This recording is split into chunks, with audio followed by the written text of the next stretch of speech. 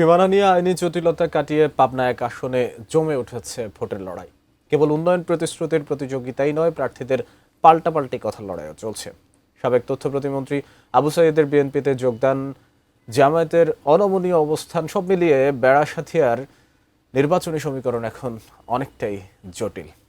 মিলন মাহমুদের ক্যামেরায় পাবনা থেকে রিজভী জয়ের পাঠানো তথ্যে ডেস্ক রিপোর্ট।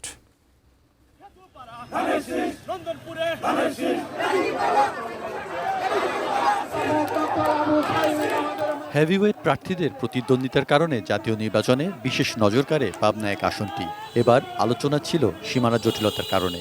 অবশেষে বেড়া উপজেলার অংশ বাদ দিয়ে একক আসন পেয়েছেন সাঁথিয়াবাসী। নতুন সীমানায় বদলে গেছে ভোটের সমীকরণ। উনি যোগদান করার পর থেকে এখন আমাদের যিনি প্রতিপক্ষ ছিলেন, এখন ওনার রাতের ঘুম হারাম হয়ে গেছে। এখন আসছে উনি যে আবার আরেক দলের সমর্থন করার জন্য, এটা তার পক্ষে মানায় না। আবু সাঈদ মমিনের আতঙ্ক। আবু সাঈদ যদি বিবি শামসুরের মঞ্চে ওঠে, তাহলে সাথিয়াপাড়া মুক্তিযোদ্ধার শক্তি এক হয়ে যাবে। আসনটিতে এবার প্রার্থী 4 জন। ভোটারদের ধারণা, মূল লড়াই হবে বিএনপি শামসুর রহমান আর জামায়াতের প্রয়াত আমির মতিউর রহমান নিজামী পুত্র ব্যারিস্টার নাজিবুর রহমানের মাঝেই। সাঁথিয়ার ভোট ব্যাংক ও মতিউর রহমান নিজামীর ব্যক্তি ইমেজে নতুন সীমানা জামায়াত প্রার্থীকে এগিয়ে রাখবে মনে করা হলেও তাতে বাদ সেধেছেন সাবেক এমপি অধ্যাপক আবু সাঈদ।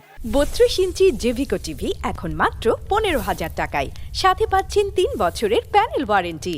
আওয়ামী লীগের সংস্কারপন্থী সাবেক এই প্রভাবশালী প্রতিমন্ত্রীর বিএনপিতে যোগদানে স্থানীয় রাজনীতি রূপ নিয়েছে স্নায়ুযুদ্ধে।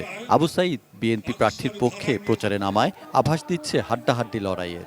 আজকে যে বিএনপির ধানের শীর্ষে গণজোয়ার উঠেছে, তাতে এইসব মিথ্যাবাদী ভণ্ড ধর্ম ব্যবসায়ী তারা যত অপপ্রচার করুক, যাই বলুক না কেন, হুমকি তামকি যাই দিক না কেন, কোনো কিছুই আমরা তোয়াক্কা করি না। সাইদ সাহেবের যে কিছু ভোট আছে, বেশ কিছু ভোট আছে, সেই ভোটগুলো বিএনপিতে ধানের শীষ প্রতীকে আসবেন। এই কারণে অন্য রাজনৈতিক দলের গাত্রদাহ, অন্য কোনো কারণ না। সংবিধানের অন্যতম প্রণেতা আবু সাঈদের বিএনপিতে যোগদানকে সুযোগ সন্ধানী রাজনীতি বলছে জামায়াত। ফ্যাসিবাদের দোসরদের আশ্রয় প্রশ্রয় দিয়ে জুলাই অভ্যুত্থানের সাথে প্রতারণা করেছে বিএনপি, মন্তব্য জামায়াত প্রার্থী ও নেতাকর্মীদের। যে হাস্যকর যুক্তি এখন দিচ্ছে যে সে যেহেতু এখন বিএনপিতে যোগ দিয়েছে, সুতরাং সে ফ্যাসিবাদ না। তাহলে আমি বলবো, শেখ হাসিনা যদি আজকে বিএনপিতে যোগ দেয়, তাহলে তাকেও কি সেই রাজনীতি করতে দিতে হবে? আমি বলবো জনগণ তাকে প্রত্যাখ্যান করবে।